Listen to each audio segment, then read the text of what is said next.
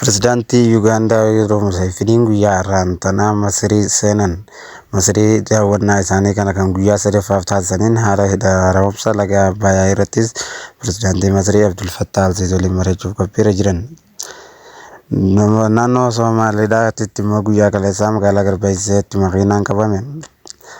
Soomaaliyaan hidhattoota Al-Shabaabii waliin kanneen jiran jechuudhaan shakkite namoota lama adabbii du'aatti murteessite.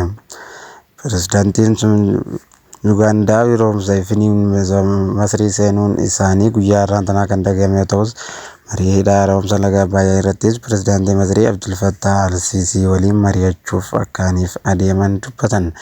Abdul Fattah al-Siisiin immoo namootaan mariiwwan kana irratti hirmaatan biyyoota Afrikaa hedduudhaa waliin mari'anna kan jechaadhaati turan Itoophiyaan laga hidha guddicha haaromsaa erga guutaniif jedhan.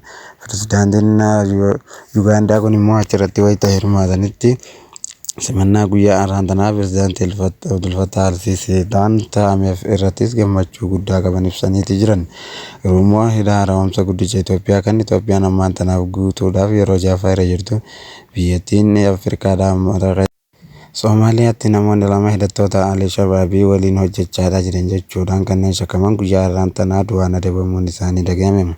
Soomaaliyaan waraanni dhiyeenya kana Al-Shabaabii fi isaan jidduutti gaggeeffamaa jiru irratti namoota lameen kana erganiif qabaniin booda to'annoo seeraa jala erga oolchaniin hidhamtoota Al-Shabaabii waliin hojjechaa akkaniif isaan jiran mirkaneessineera jechuun ajjechaadhaaf qopheessanii kan jiran mul'isan.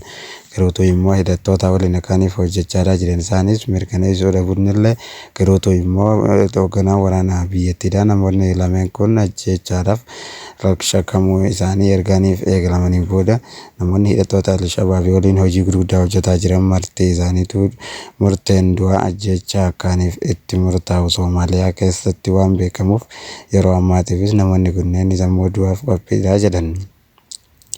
Mootummaa naannoo Somaaliyaa keessatti magaalaa Garbayyeessaa bakka jedhamtutti makiinaan mootummaadhaa immoo kan hojjettoota mootummaadhaa kan poolisiidhaan deemu guyyaa dheengaddaa poolisii maqaan isaa Ahmed Yusuf jedhamuun guyyaa dheengaddaa magaalaa Garbayyeessaatti qabame. Makiinaan kun immoo hoogganaa paarlaamaa magaalaa Jijjigaadhaa kan ta'u yoo ta'us haaluma kanaatiinis immoo Garbayyeessaa duwwaa jaha keessatti makiinaan kun rasaasaa fi akkasumas meeshaalee biraa fe'atee kan deemu mul'ate.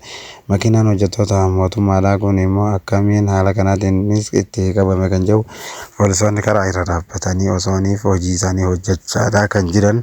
Makiinaan kun sakatta'iinsa irratti taa'ameen to'annoo jala ooluun isaa dhagahame. Abbichi makiinaatis to'annoo seeraa jala oolaniiru.